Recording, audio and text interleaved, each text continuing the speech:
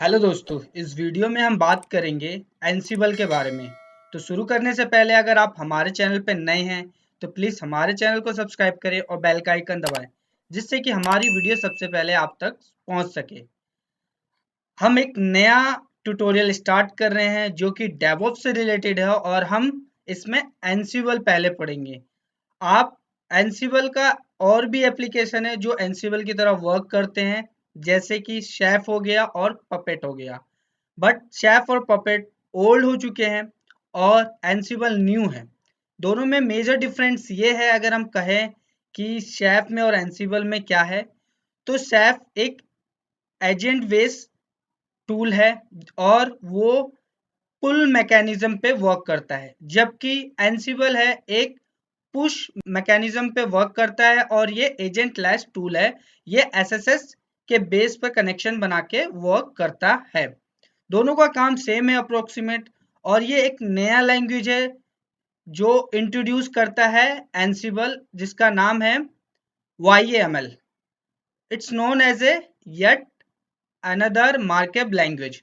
तो हम इस पूरे वीडियो में इस एनसिबल के बारे में, इसकी हम और भी ट्यूटोरियल बनाएंगे सीरीज वाइज, और हम देखेंगे कि एनसिबल को हम क्यों यूज करते हैं, कैसे यूज करते हैं और क्या हमारा मोटिव है।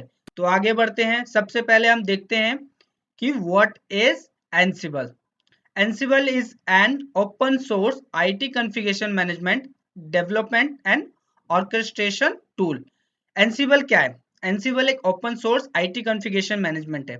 IT कॉन्फ़िगरेशन मैनेजमेंट से क्या बिलोंग करता है? कॉन्फ़िगरेशन मींस आपकी पूरी कॉन्फ़िगरेशन डाटा करना, जैसे कि आपकी IP हो गई, आपको क्या क्या पैकेज चाहिए, क्या अपडेट करना है, क्या इंस्टॉल करना है, क्या रिमूव करना है, क्या वर्क करना है, उसकी पूरी कॉन्फ़िगरेशन को वो स्टोर करता है कॉन्फ़िगरेशन में। और मैनेजमेंट से हमारा क्या होता है? उसकी पूरी मैनेज करना। डेवलपमेंट मतलब हम उसको डिप्लॉय करें और वो डेवलपमेंट हो जाए, और हमें एज ए जो हमें रिक्वायरमेंट है, जो इंफ्रा हमें रिक्वायरमेंट है, जो एप्लीकेशन, जो चीजें हमें अपडेट करनी है, वो डिप्लॉय कर सके। ऑर्केस्ट्रेशन टूल के बारे में हम आगे देखेंगे और इसको वेरी क्लियरली समझेंगे। It aims to provide large productivity gains to wide variety of automation challenge. ये क्या प्रोवाइड करता है? एक जो ऑटोमेशन चैलेंज होता है उसको वो गेन करता है। मतलब हम ये कह सकते हैं कि हमारे जो वर्क होते हैं उसको क्या करता है? ऑटोमेशन करता है, और हमें मिनिमम से मिनिमम हमारा इन्वॉल्वमेंट होता है, और वो जो हमारी रिक्वायरमेंट होती है हम उसको कोड में लिखते हैं YML लैंग्वेज में, और वो क्या करता है?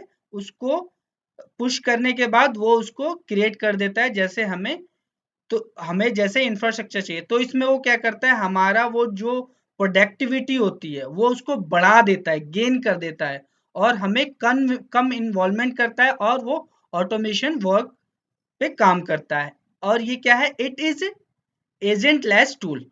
हमने देखा है कि शेफ जो है वो एक एजेंट टूल है, एजेंट बेस्ड टूल है। वो क्या करता है? आपके क्लाइंट से जो नोड होता है, जो होस्ट होता है, और शेफ का सर्वर होता है, वो उनके बीच में कनेक्टिविटी करने के लिए क्या करता है? वो एक क्या करता है? एजेंट हमें इंस्टॉल करना पड़ता है। उस एजेंट के थ्रू वो कनेक्टिविटी और जो भी हमें इम्प्लीमेंट करना होता है, जो चेंजेस करना होता है, वो हम कर पाते हैं। जबकि एनसिबल में ऐसा कुछ नहीं है, ये एजेंट लेस टूल है और ये एसएसएस यूज करता है कनेक्टिविटी के लिए। Then Ansible executed these modules and removed them after they finished. Ansible क्या करता है? वो एग्जीक्यूट करता है मॉड्यूल्स को, और उसके जो जब उसका फिनिश्ड हो जाता है, जब उसका काम हो जाता है, वो उसको रिमूव कर देता है। The library of modules can reside on any machine and there are no daemons servers और डाटाबेस रिक्वायर्ड। अगर आप शेफ को पढ़ोगे तो शेफ में आपको बहुत चीजें रिक्वायरमेंट होती है, कुछ लैंग्वेज भी जाननी पड़ती है, कुछ बेसिक हमें क्या करते हैं? कोडिंग भी नॉलेज होनी चाहिए, जबकि एनसिबल में ऐसा कुछ नहीं है। इवन इसके लिए हमें कोई सर्वर की भी जरूरत नहीं है, हम कोई भी मशीन पे क्रिएट कर सकते हैं एनसिबल और उसको यूज कर सकते हैं। एनसिबल के लिए हमें ना ही कोई डाटाबेस की रिक्वायर्ड है, ना सर्वर, ना डेमन सर्वर की किसी चीज की रिक्वायर्ड हमें नहीं है। सिर्फ हम एक पैकेज होता है, उसको हम इंस्टॉल करेंगे एनसिबल को, और वो हम फिर उसके थ्रू वर्क करेंगे। It work on push mechanism and use YAML language. ये क्या करता है, पुश मैकेनिज्म पे काम करता है और यूज करता है YAML लैंग्वेज। YAML लैंग्वेज मतलब येट अनदर मार्कअप लैंग्वेज, जिसको हम वो येट अनदर मार्कअप लैंग्वेज कहते हैं। और इसको हम प्ले बुक करते हैं, एक्चुअली हम प्ले बुक क्रिएट करते हैं। प्ले बुक में हम क्या करते हैं, YAML लैंग्वेज राइट करते हैं। और ये क्या होता है, एक ह्यूमन रीडेबल लैंग्वेज होता है। मतलब इसे इसके लिए ये क्या होता है, एक ह्यूमन रीडेबल लैंग्वेज होता है जो इजीली ह्यूमन उसको रीड कर सकता है। जरूरी नहीं है इसके लिए आपको प्रोग्रामिंग लैंग्वेज जरूर आनी चाहिए। We can use this tool whether your server are in on premised और इन द क्लाउड।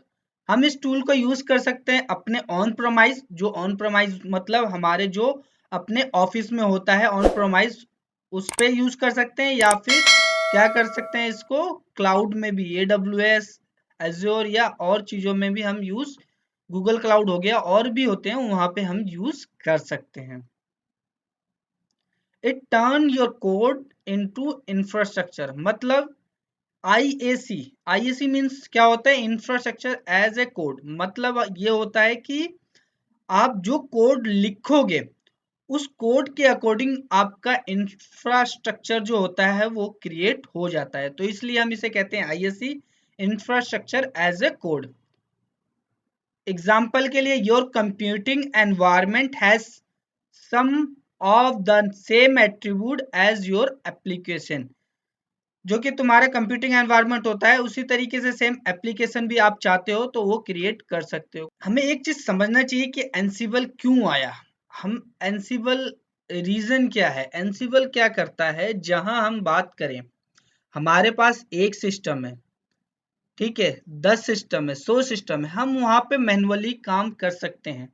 बट जब हमारे पास संख्या जैसे जैसे बढ़ती है, जैसे 500 हो गया, ये 1000 हो गया, तो उस केस में हम मैनुअल मैनेज नहीं कर पाते हैं।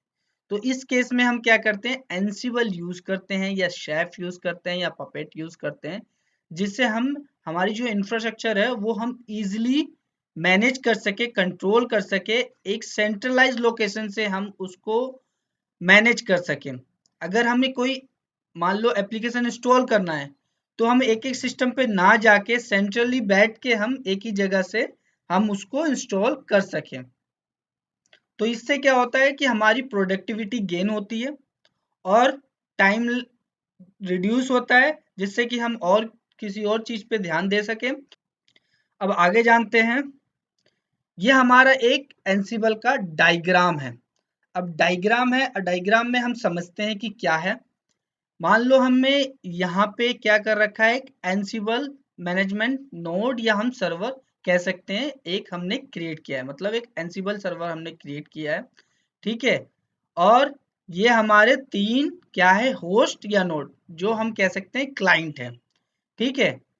Host 1, host 2, host 3। डेमो ए मीन्स ये हमारे एक ग्रुप है जिसके अंदर होस्ट 1, होस्ट 2, होस्ट 3 है, और इनकी आईपी हम कुछ भी दे सकते हैं, ये कुछ भी आईपी हो सकता है। इसके अंदर जो मेन पार्ट है, जो हमारा सर्वर है, उसके अंदर हमारे कुछ चीजें बहुत बहुत मेन होता है। मेन क्या होता है, पहला है हमारा होस्ट। होस्ट में वो चीजें रहती हैं जिस जो कि हमारे, हम बोल सकते हैं जो होस्ट की डिटेल होती है, जो हमारा नोड होता है, होस्ट होता है, उसकी डिटेल होस्ट में हम डालते हैं। जैसे कि हमने आईपी एड्रेस है, हम आईपी एड्रेस इसके अंदर स्टोर करते हैं, होस्ट के अंदर लिखते हैं, और जिसको हम इन्वेंट्री भी कह सकते हैं। Host means inventory, inventory means हम जहां पर अपने इन्वेंट्री की डिटेल दे रहे हैं, मतलब हम अपने नोड्स की, हमने क्लाइंट्स की जितने भी नोड है उसकी इन्वेंट्री में उसकी डिटेल दे रहे हैं। मतलब आईपी जो मेन होता है, आईपी होता है कनेक्टिविटी के लिए, या और भी चीजें होती है, आप उसको डीएनएस भी से भी कर सकते हो, और भी चीजों से हम उसको कर सकते हैं, ठीक है। और एक दूसरी फाइल होती है जो मेन होती है ansible.cfg, मतलब एनसिबल की कॉन्फ़िगरेशन फाइल, ठीक है। जो क्या करता है, ansible.cfg फाइल बनाता है, उसके थ्रू इस CFG जो ansible.cfg है, इसके अंदर होस्ट की फाइल होती है और लोकेशन होते हैं। ये क्या होते हैं, अनकमेंट होते हैं, मतलब अनकमेंट नहीं, ये सब क्या होते हैं, ansible.cfg के अंदर जो होस्ट की लोकेशन फाइल होती है वो बाय डिफॉल्ट डिसेबल्ड होता है, मतलब वो कमेंट के बेस पे होता है cfg के अंदर, ansible.cfg के। हमें उसे क्या करना पड़ता है, अनकमेंट करना पड़ता है, जिससे कि हमारी होस्ट फाइल को वो रीड कर सके और एक्ट कर सके। ठीक है। और एक होता है हमारा प्लेबुक, जो ये हमारा प्लेबुक होता है। प्लेबुक वो होता है जो हम मल्टीपल मॉड्यूल्स, जो होते हैं मॉड्यूल्स होते हैं, एक एक मल्टीपल मॉड्यूल, इट्स कह सकते हो कि collection of modules, it's called as a playbook. जैसे कि क्या होता है, आपने देखा होगा एक बुक, बुक के अंदर मल्टीपल पेज होते हैं, तो हम उसके क्या बोलते हैं, बुक कहते हैं ना, बुक्स, पेज बुक्स बोल सकते हैं हम उसको, पेजों का बुक भी बोल सकते हैं। इसी तरीके से हम इसको, इसमें क्या कहते हैं, प्ले बुक। अब प्ले बुक्स क्या होता है, एक जो YML लैंग्वेज होती है वो हम प्ले बुक के अंदर लिखते हैं। ठीक है। और इसकी कनेक्टिविटी के लिए हम क्या यूज करते हैं, SSH। SSH हम यूज करते हैं इसकी कनेक्टिविटी के लिए, कोई हमारा एजेंट नहीं होता, ये एजेंट लेस है। तो ये जो बेसिक डायग्राम है, you must be clear about that. The management node is the control node that control the entire execution of playbook। जो हमारा मैनेजमेंट नोड होता है वो क्या करता है, कंट्रोल करता है पूरे entire execution of the playbook को। जो प्लेबुक होता है उसको पूरा कंट्रोल करता है। The inventory file provide the list of host where the Ansible module need to be run. मैंने अभी आपको बताया था होस्ट क्या होता है, जिसे हम इन्वेंट्री भी कहते हैं। इन्वेंट्री मतलब क्या करता है, वो प्रोवाइड करता है द लिस्ट ऑफ होस्ट, जो आपके क्लाइंट होते हैं, जितने भी आपके नोड होते हैं, जितने भी आपके होस्ट कह सकते हो, कुछ भी कह सकते हो आप, उसको क्या करता है, वो पूरी उस इन्वेंट्री के अंदर लिखता है, जिस पे हम क्या करते हैं, मॉड्यूल्स को रन करेंगे, जिस पे हम मॉड्यूल्स को रन करना चाहते हैं। The management node make an SSH connection and execute the small modules on the host machine and install the software। जो मैनेजमेंट नोड्स होता है वो क्या करता है, SSH के थ्रू वो कनेक्शन बनाता है और एग्जीक्यूट करता है वन बाय वन मॉड्यूल्स, जो आपने प्लेबुक में लिखा हुआ है उस मॉड्यूल को वन बाय वन एग्जीक्यूट करता है अपने होस्ट मशीन पे, और उसको इंस्टॉल करता है। अगर आपने इंस्टॉल किया है या और कुछ सर्विस आपने रिस्टार्ट के लिए डाल रखा है तो वो उसको एक एक करके रन करेगा। अब हम जानते हैं कि एंसिबल की हिस्ट्री क्या है। माइकल देहान ने डेवलप किया है एंसिबल को, the Ansible project in Feb 2012। Michael DeHaan ने एंसिबल को डेवलप किया है फरवरी 2012 में। उसके बाद क्या हुआ है, रेड हैट ने इसको एक्वायर कर लिया है, एंसिबल टूल को इन 2015 में रेड हैट ने इसको एक्वायर कर लिया है। क्यों किया है, क्योंकि ये मोस्ट जो पॉपुलर है, मतलब आपके में बहुत फास्ट ये टूल पॉपुलर हो रहा है और यूज में आ रहा है। क्यों क्यों क्यों, क्योंकि क्या करता है, ये ओवरहेड कम करता है।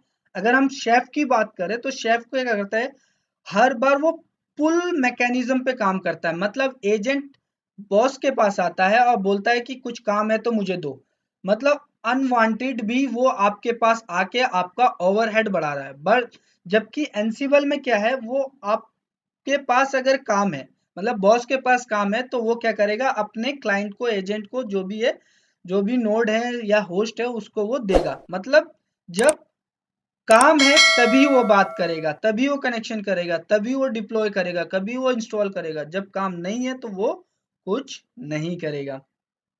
तो इससे क्या होता है, ओवरहेड कम होता है। तो इस कारण क्या किया, रेड हैट ने इसको एक्वायर कर लिया 2015 में। एनसिबल is available for red hat, Linux के लिए, डेबियन के लिए, सेंटोस के लिए, ओरेकल के लिए, उबंटू के लिए, और और भी जो है फ्लेवर उनके लिए भी है। इवन हम कह सकते हैं कि विंडो के लिए भी एनसिबल अवेलेबल है। और क्या है, रेड हैट ने एक्वायर करने के बाद क्या किया है, एनसिबल टावर लॉन्च किया है। ये क्या है, एक एंटरप्राइज वर्जन है जिसके लिए हमें पेड करना पड़ता है, जहां हमें क्या बोलते हैं, GUI इंटरफेस भी मिलता है। ठीक है। जबकि हम अगर एनसिबल यूज करेंगे नॉर्मल, तो हमें क्या करना पड़ेगा, टोटल CLI मोड है और हमें पूरा कमांड बेस पे वर्क करना पड़ेगा। तो ये हमारी एनसिबल की हिस्ट्री है। अब एनसिबल के कुछ टर्म है जो बहुत इंपॉर्टेंट है। I think you must be read and know about all this thing. आपको इसके बारे में पढ़ना चाहिए और जानकारी होनी चाहिए। टर्म्स क्या है? Ansible server, it is a machine where Ansible is installed and from which all task and play book will be executed. ये वह मशीन है जहां एनसिबल इंस्टॉल होता है और यहाँ से सारे टास्क परफॉर्म किए जाते हैं और प्लेबुक को एग्जीक्यूट किया जाता है। मतलब जो YML लैंग्वेज होता है, YML लैंग्वेज में जो हम मॉड्यूल्स लिखते हैं उसको हम एग्जीक्यूट करते हैं। मॉड्यूल्स क्या है? The module is a command और a set of similar command which is executed on the client side. Module वह कमांड है या एक सेट ऑफ सिमिलर कमांड है जो कि एग्जीक्यूट किया जाता है क्लाइंट साइड के लिए, क्लाइंट साइड पर। टास्क क्या है? A task is a section which consist of a single procedure to be completed. Task वह है जो कि काम को, कोई सिंगल काम को करने के लिए क्या किया जाता है? प्रोसेस किया जाता है और जिससे कि वो काम कंप्लीट हो सके। टास्क से हमारा सिंपल पता ही चल रहा है कि वो काम को डिनोट करता है। तो टास्क काम को डिनोट करता है कि हमें उसे एनसिबल सर्वर को करना क्या है, नोड सर्वर, नोड पे, क्लाइंट पे या फिर हम होस्ट पे वो करना क्या चाहता है, वो टास्क को डिनोट करता है। Role, it is a way for organizing task and related file to be later called in a playbook. ये एक वे है जिसके थ्रू टास्क और उससे फाइल रिलेटेड को हम कॉल ऑर्गेनाइज कर सकते हैं। मतलब हम उस पे रोल, कुछ परमिशन टाइप का जो होता है वो हम उस पे कर सकते हैं, ऑर्गेनाइज कर सकते हैं टास्क को। Fact, the information fetched from the client side from the global variable with the gather fact operation। Fact क्या करता है? फैक्ट बेसिकली ये करता है, जब भी आप कोई भी मॉड्यूल्स रन करो या फिर आप प्लेबुक एग्जीक्यूट करो तो सबसे पहले गैदरिंग फैक्ट काम करता है। गैदरिंग फैक्ट ये होता है कि आपके जो नोट्स होते हैं उन नोट्स की इंफॉर्मेशन आपको गैदर करके देता है कि आप इस नोट से कनेक्टिविटी करने जा रहे हैं या आप हम उसको कनेक्ट कर ले रहे हैं। तो वो नोट्स की होस्ट की, जो होस्ट है वो होस्ट की डिटेल देगा। बेसिकली जो आपने होस्ट में आईपी या फिर नेम दिया होगा, जो भी दिया होगा वो उसको आपको डिस्प्ले करके दिखला देगा। Inventory, A file containing the data regarding the एनसिबल client server. Inventory क्या है? वो फाइल जो कंटेन करता है क्लाइंट सर्वर की डाटा को। जो हमने होस्ट की बात कर रहे हैं वो होस्ट ही होता है इन्वेंट्री, जिसे हम इन्वेंट्री के नाम से जानते हैं। Play, it is the execution of the playbook. Play क्या करता है? वो एग्जीक्यूट करता है प्लेबुक को, मतलब जो YML कमांड होती है उसको एग्जीक्यूट करता है। Handler, the task is called only if A notifier is present. Handler बहुत इंपॉर्टेंट पार्ट है हैंडलर। अगर आगे हम इसके बारे में बड़ी डीपली पढ़ेंगे हैंडलर क्या होता है, बट मैं भी एक ओवरव्यू देना चाहूंगा। हैंडलर का मतलब ये होता है, the task is called only if A notifier is present. मान लो एक डिपेंडेंसी होती है कि हमने एक HTTPD सर्वर इंस्टॉल किया, मतलब वो इंस्टॉल तो कर दिया और हमने एक मॉड्यूल और रन कर रखा है जिसका हमने दे रखा है कि हमने दो कमांड लिखा। मान लो हमने एक इंस्टॉल करने के लिए, उस सर्विस को रीस्टार्ट करने के लिए कमांड लिख रखा है। मॉड्यूल मतलब हम मॉड्यूल बोलते हैं उसको। तो मॉड्यूल लिख रखा है हमने YML लैंग्वेज में, प्लेबुक को रन करते हैं। तो हमने नोटिफायर करना जरूरी होता है हैंडलर में। इससे हमें ये मतलब ये हमें होता है कि जब भी अगर वो, मतलब जो दूसरा टास्क है वो पहले टास्क पे डिपेंडेंट होता है, वो नोटिफाई करता है। अगर पहला टास्क कंप्लीट होगा तभी दूसरा टास्क चलेगा। ये हैंडलर का वर्क होता है। तो हम एक नोटिफाई टैग करते हैं और वही नोटिफाई हम उस जो दूसरा टास्क होता है उसके अंदर नोटिफाई को हम सेम नाम को सेम डिनोट करते हैं, जिससे कि हमें वो पता चलता है कि जब पहला टास्क कंप्लीट हो गया देन वो दूसरा टास्क चलेगा। मान लो हमने HTTP इंस्टॉल किया और इंस्टॉल होता ही नहीं है और वो दूसरा टास्क चलाने का कोई लॉजिक नहीं बनता है। जब हमने HTTP इंस्टॉल ही नहीं किया और उसकी सर्विस अगर हम रीस्टार्ट करने जा रहे हैं तो कोई लॉजिक नहीं बनता है कि वो सर्विस रीस्टार्ट करे, क्योंकि सर्विस रीस्टार्ट ही नहीं होगा कि जबकि उसका पहला टास्क कंप्लीट ही नहीं हुआ। जबकि HTTP जो D है वो इंस्टॉल नहीं हुआ है तो वो कोई लॉजिक ही नहीं बनता कि वो सर्विस रिस्टार्ट करें। तो इसके लिए हम क्या करते हैं, एक नोटिफायर क्रिएट करते हैं और उस नोटिफाई के थ्रू जब उसको वो नोटिफाई मिल जाता है कि वो जो पहला टास्क है वो कंप्लीट हो गया, तभी वो दूसरे टास्क को वर्क करता है, इस केस में वो हैंडलर वर्क करता है। Notifier, the section attribute to a task which call a handler if the output is change. अगर नोटिफायर दे रखा है और उसमें आउटपुट चेंज होता है तो क्या करेगा, वो दूसरे टास्क को, जो दूसरा टास्क होता है वो उसको रन नहीं करने देता है, हैंडलर पे ही नोटिफायर लगता है। Tag, it is name set to a task which tag, it is name set to a task that can be used later on to issue just that specific task or group of job। Tag क्या, एक नाम के related वो define करता है कि आप क्या नाम देते हो उस टास्क को करने के लिए। हम आगे इसको वेरी डीपली समझेंगे, एक एक करके एक एक चीज को हम समझेंगे। मॉड्यूल्स क्या होता है, टास्क क्या होता है, रोल क्या होता है, fact, inventory, play book, handler, notifier, tag, बहुत अच्छी तरीके से समझेंगे। बस इसके बारे में आपको पता होना चाहिए। अगर आप एनसिबल में मूव कर रहे हैं, आप एनसिबल को पढ़ रहे हैं, आप एनसिबल को यूज कर रहे हैं, बट डोंट वरी, आप 3 महीने 4 महीने कहीं पे भी काम करेंगे या प्रैक्टिस करेंगे तो भी ये वेरी क्लियर हो जाएगा। अब हम आगे बढ़ते हैं, एनसिबल के एडवांटेज और डिसएडवांटेज के बारे में देखते हैं। एडवांटेज क्या है, Ansible is a free to use, Ansible is very consistent and light weight and no constant regarding the OS. OS मतलब हमारा ऑपरेटिंग सिस्टम और underlying hardware present.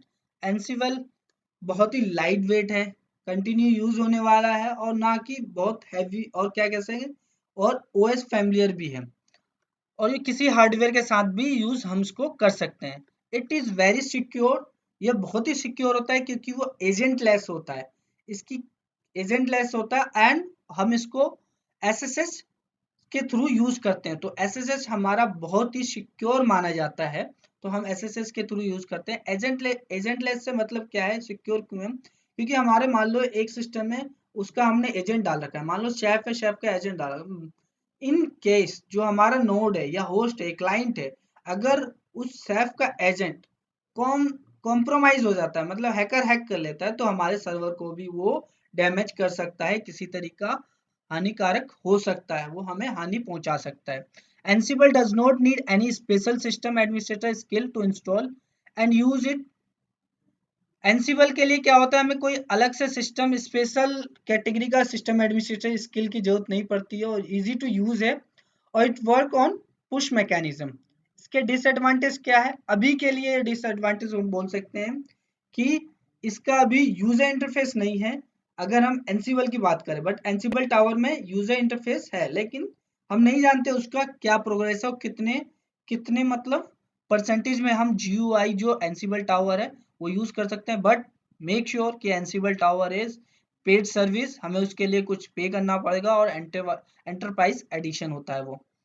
Can not achieve full automation by Ansible, इस line से मैं सहमत नहीं हूँ कि हम उसको अचीव नहीं कर सकते। अप्रोक्सीमेट हम कहें तो हम ऑल 99% हम क्या कह सकते हैं कि ऑटोमेशन हम अचीव करते हैं, बट 1% हमारा इन्वॉल्वमेंट होता है कि हम उसको रन कब करना चाहते हैं। New to market, therefore limited support and documentation is available, कह सकते हैं कि ये मार्केट में नया है और इसकी लिमिटेड सपोर्ट है, और कह भी सकते हैं कि डॉक्यूमेंटेशन भी अभी बहुत कम अवेलेबल है। क्यों, क्योंकि जैसे जैसे इसके मार्केट बढ़ेगा और क्वेरी आएगी, वो इम्प्रूव करेगा, उसकी सपोर्ट बढ़ेगी, डॉक्यूमेंटेशन बढ़ेगा, चैलेंजेस जो होता है उसको रिजॉल्व करेंगे, लेकिन डिसएडवांटेज कोई बड़ा नहीं है अगर हम बात करें एनसिबल में। मुझे आशा है कि आपको ये वीडियो अच्छी लगी होगी। अगर वीडियो अच्छी लगी तो प्लीज हमारे वीडियो को लाइक करें, चैनल को सब्सक्राइब करें, और इसे ज्यादा से ज्यादा शेयर करें। धन्यवाद।